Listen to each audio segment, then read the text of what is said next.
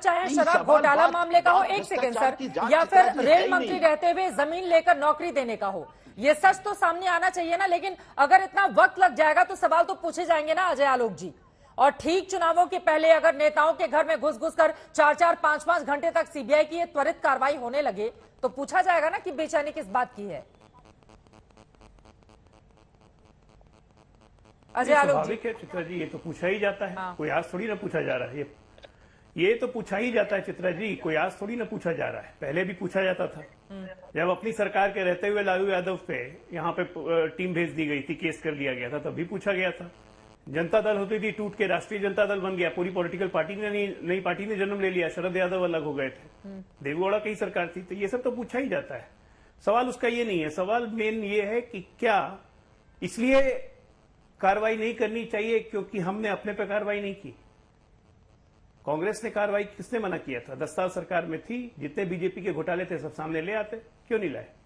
कांग्रेस के 10 साल में भी तो सबसे ज्यादा यूपीए के मिनिस्टर्स पे ही कार्रवाई हुई, तो क्या वो प्रतिशोध की भावना थी? बात वो नहीं है। बात यह है, आप देखिए कि देश में लोगों को अब आंदोलन से डर लगने लगेगा।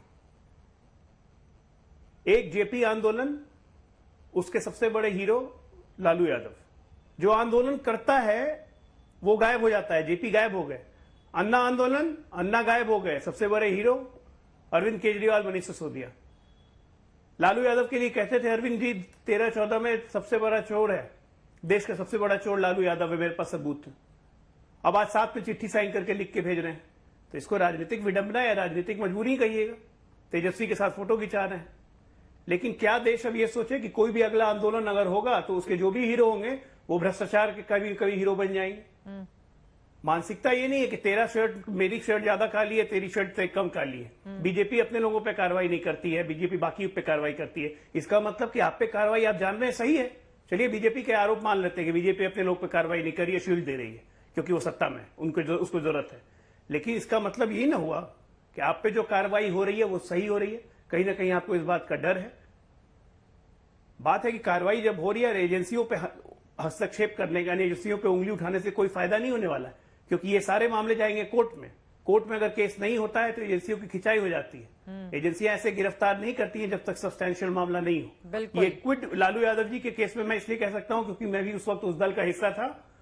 ये क्विड प्रो केस है। ये सबसे पहले मनमोहन सिंह के पास जाके पेपर्स दिए थे जेडीयू ने, और उसके बाद ये जांच शुरू हो गई थी 2012 से। और तभी लालू यादव आपके हीरो हैं। आज साथ में आप लोग चिट्ठी साइन करके भेजते हैं आप वाले। तो क्या कहिएगा, ये राजनीति का क्रूर चेहरा है। ये सब ने देखा हुआ है, पिछले 30 साल से देख रहे हैं। जब मौका पड़ता है तो अपनी सिंपैथी बटोरने के लिए सब आदमी भावभंगिमा शुरू कर देते हैं। ठीक है, लेकिन आपने आंदोलन को लेकर जो बात कही है संजीव झा जी, आलोक जी, उसके बाद मैं फौरन आपके पास आऊंगी। संजीव झा जी, आप जल्दी से जवाब दीजिए उनके आरोपों पर।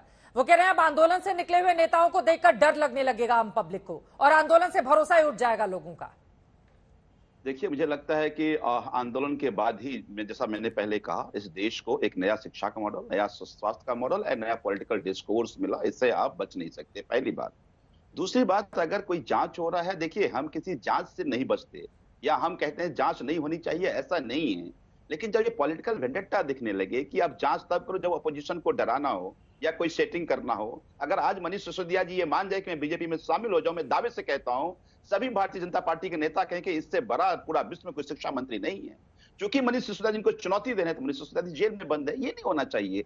कुछ आलोक जी कहते हैं कुछ सब्सटेंशियल बातें होंगी, हम भी तो यही जानना चाह रहे हैं। आज तक सीबीआई नहीं बता पाई वो सब्सटेंशियल बातें क्या है। भाई चार्जशीट से पता चलेगा ना आपको कि कुछ सब्सटेंशियल चीजें थी। राहत क्यों नहीं मिल रही है संजीव झा जी? कोर्ट से भी सत्येंद्र जैन को आप देखिए कितने लंबे समय से जेल में है, क्यों नहीं राहत मिल गई? अच्छा सवाल है चित्रा जी, ये बड़ा अच्छा सवाल है और देश को जानना भी चाहिए। एक बात समझिए कि 6 महीने तक लगातार ईडी और सीबीआई दोनों के कोर्ट में लड़ती रही कि हमारे पास एविडेंस है। फाइनली जब जजमेंट का टाइम था तो ईडी ने कह दिया कि हमें इस जज पे भरोसा नहीं, जज बदल दो। तो अगर इस तरह से आप कोर्ट को गुमराह कर देंगे, इस तरह से टाइम बाय करने की कोशिश करेंगे तो जेल में रहेंगे। मतलब आपको लग रहा है कि कोर्ट गुमराह हो जा रहा है बीजेपी के नेताओं की वजह से और अब सीबीआई ईडी की वजह से, मतलब कोर्ट भी अब गुमराह होने लगा है। देखिए आज सीबीआई और ईडी कोई एजेंसी इंडिपेंडेंट नहीं रह गई है, ये भारतीय जनता पार्टी का प्रकोष्ठ बन गई है। हाँ। और बिल्कुल आलोक जी की एक बात से मैं सहमत हूं, जब कांग्रेस थी तो कांग्रेस का प्रकोष्ठ बन के रह गई थी। आप केस का रेशियो देखेंगे तो 72% अपोजिशन पे केस किया जब कांग्रेस की सरकार थी। अब भारतीय जनता पार्टी को देखेंगे तो 94% केसेस जो है वो अपोजिशन पे हैं, और जो भी 6% केस अपने पार्टी के लोगों पे किया उस पर चार्जशीट नहीं हुई, उसको ऐसे ही ठीक है अजय आलोक जी, ठीक है बाकी लोग भी ठीक है। अजय आलोक जी जल्दी से मैं संजीव जी को बस इतना कहना चाहता हूं कि देश की न्यायिक प्रणाली पे सवाल उठाने से अच्छा है कि देश की न्यायिक प्रणाली पे भरोसा रखें। अगर जज को मैनिपुलेट किया गया लोअर जुडिशरी में तो आप हाई कोर्ट जा सकते थे, सुप्रीम कोर्ट जा सकते थे। 6 महीने से आप क्या कर रहे हैं?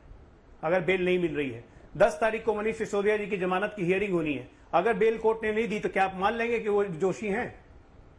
इसलिए न्यायिक व्यवस्था पे सवाल उठाने से पहले ये सोच लीजिए कि सत्ता में कोई परमानेंट नहीं होता, ये हमारे इंस्टीट्यूशंस हैं और उसको इज्जत देनी चाहिए कि जज का कोई ट्रांसफर नहीं करवा सकता है। और ऐसा हुआ तो आप हाईकोर्ट में जाते, सुप्रीम कोर्ट में जाते, सीधी सुप्रीम कोर्ट भी खराब हो जाता है अपनी व्यवस्था के हिसाब से, चुनाव आयोग खराब हो जाता है, ईडी खराब, सीबीआई खराब, तो देश में बचा क्या?